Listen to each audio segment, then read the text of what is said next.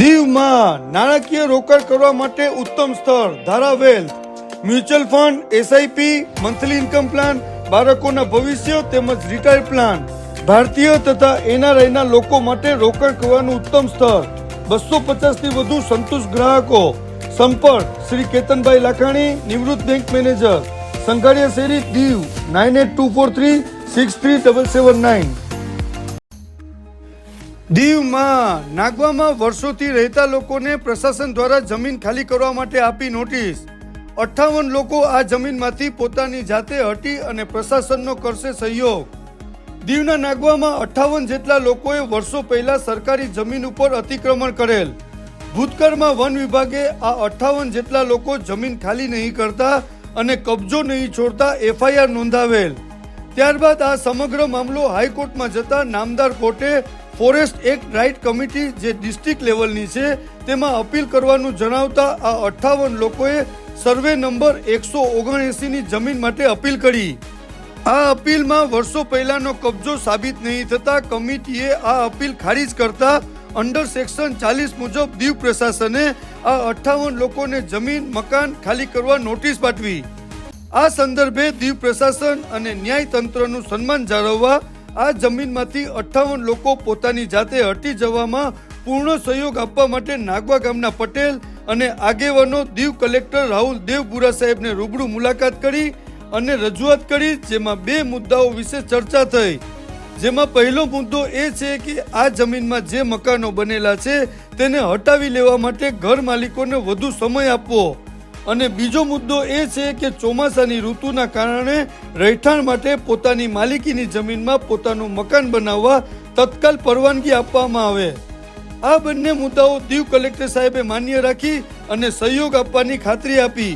હાલ પ્રભાવિત થયેલા 58 લોકો ઊંડા શોકમાં ડૂબેલા છે.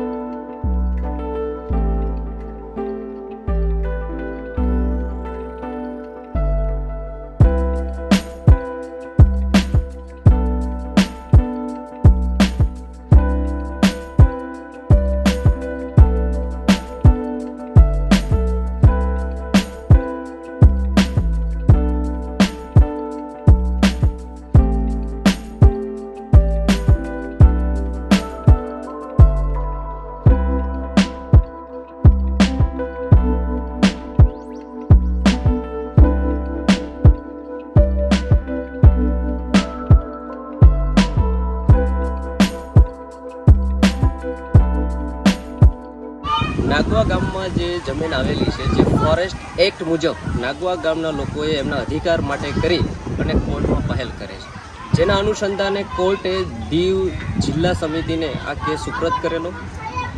થોડા દિવસો પહેલાં જ જિલ્લા કમિટીએ અને આપણા ડીએમ સાહેબની લીડરશીપમાં આ કમિટી દ્વારા એક નોટિસ જાહેર કરેલ કે આ ફોરેસ્ટ એક્ટ મુજબ નાગવા ગામના લોકોને આ જમીનનો અધિકાર મળતો નથી. જેના અનુસંધાને એક નોટિસમાં 4 દિવસ એટલે કે 96 કલાક દરમિયાન આ જગ્યા ખાલી કરવી. આ અનુસંધાને અમે સમસ્ત નાગવા ગામના લોકો ભેળા મળી અને એક એવો વિચાર કર્યો કે આપણે દીવ પ્રશાસનના જે કંઈ આદેશને સહજ સ્વીકારી અને સાહેબને મળી અને આપણા થોડાક પ્રશ્નો છે એ રજૂઆત કરી અને નાગવા ગામ પણ સહયોગ કરે અને સામે પ્રશાસન પણ સહયોગ આપે એવા હેતુથી અમે દીવ ડીએમ આદરણીય શ્રી રાહુલ દેવપુરા સાહેબને મળ્યા. સાહેબની સાથે વાતો થઈ, ચર્ચાઓ થઈ અને સાહેબે અમારા જે 2 મુદ્દાઓ હતા, ખાસ કરીને જે આ જમીનની અંદર જે મકાનો આવેલા છે એ મકાનોને ખસેડવા માટે હટાવવા માટે 4 દિવસનો સમય પૂરતો નથી, માટે સાહેબને થોડા દિવસ વધારે આપવા માટે એને વિનંતી કરવામાં આવી અને સાહેબે અમારી આ રિક્વેસ્ટને સહજ સ્વીકારી છે અને સાહેબે એ સહકાર આપવા માટે પણ પૂર્ણ રીતે તૈયાર છે અને એમણે કહ્યું છે કે જ્યાં સુધી તમે પથ્થર નીચેનો હટાવવા માંગશો, કાઢવા માંગશો, લેવા માંગશો ત્યાં સુધી હું તમને એનો સમય આપીશ. એટલે પ્રશાસન પૂરો સહયોગ આપી રહ્યું છે અને સાથે અમે નાગવા ગામના લોકો પણ પ્રશાસનને સહયોગ આપી રહ્યા છે. અમારો મુખ્ય હેતુ એ છે કે જે ન્યાયતંત્રએ છેલ્લે જે કંઈ નિર્ણય લીધો છે એને સહજ સ્વીકાર કરીએ છીએ અને પ્રશાસનનો સહયોગ કરીએ છીએ. માનસિંહ સાહેબ, આજે તમે કલેક્ટર સાહેબને મળ્યા તો શું વાત થઈ? સાહેબનો પણ બહુ હેતુ સારો છે કે હું પણ તમારા માટે બેસ્ટ ટ્રાય કરી રહ્યો છું અને લોકોના હિત માટે કામ કરી રહ્યો છું. અને આપને જે સંયુક્ત રીતે નક્કી કરીને જે મારી પાસે સજેશન લઈને આવ્યા છો અથવા તો સહયોગની અપેક્ષા લઈને આવ્યા છો, હું પણ તમને એટલો જ સહયોગ આપવા માંગુ છું. સાથે તમે પણ મને એટલો જ પૂરતો કાયદાકીય ન્યાયની રીતે સહયોગ આપશો એવી આપની પાસે અપેક્ષા રાખું. મોહનભાઈ, તમે પણ સાથે હતા કલેક્ટર સાહેબને મળવામાં. અત્યારે જે 58 લોકો જે પ્રભાવિત થયા છે, એના કોઈના મકાન છે, દુકાન છે, એના માટે તમે શું સુવિધા કરી આવી? એ બાબતે પણ ડીએમ સાથે ચર્ચાઓ કરવામાં આવી હતી કે અમારા જે ગામના લોકો પોતાના એમાં ઘરો છે, આ ઘરો એ તૂટે કે એનું પેલું થાય તો એ 2 ઘર થઈ જશે તો એને નાગવા ગામના અંદરમાં એની પોતાની માલિકીની ખેતરો છે, યાની કે જમીન છે, એના અંદરમાં પુનર્વાસ કરવા માટે કરીને બાંધકામની જે પરમિશનો આપી હોય એના માટે કરીને ડીએમ સાહેબે બાંધી રહ્યા હતી કે ડીસીઆર પ્રમાણે તમે એનો પ્લાન મૂકો, એ હું પ્લાન પાસ કરાવીને જો રિસ્પોન્સિબિલિટી મારી છે. તો એ બાબત પણ સાહેબે સહયોગ કર્યો છે. આપણે એ બી બહુ સારી વાત છે. આપણે